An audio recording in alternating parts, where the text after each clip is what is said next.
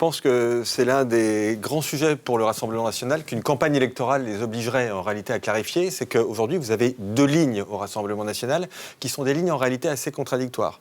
Vous avez la ligne Jordan Bardella qui est en effet plutôt pro-business, pour parler en mauvais français.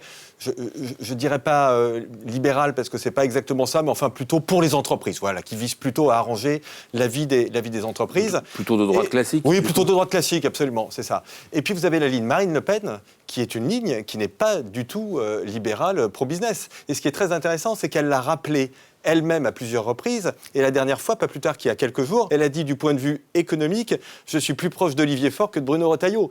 Donc ça a le mérite de la clarté. Et d'ailleurs, c'est quelque chose qu'on retrouve dans le programme du Rassemblement national, puisque sur les sujets fiscaux, vous avez par exemple le rétablissement de l'impôt sous la fortune. Quand on regarde son électorat, c'est en grande partie un électorat qui vient de la gauche populaire, en réalité. Donc il est assez logique qu'elle reprenne une partie de ce programme.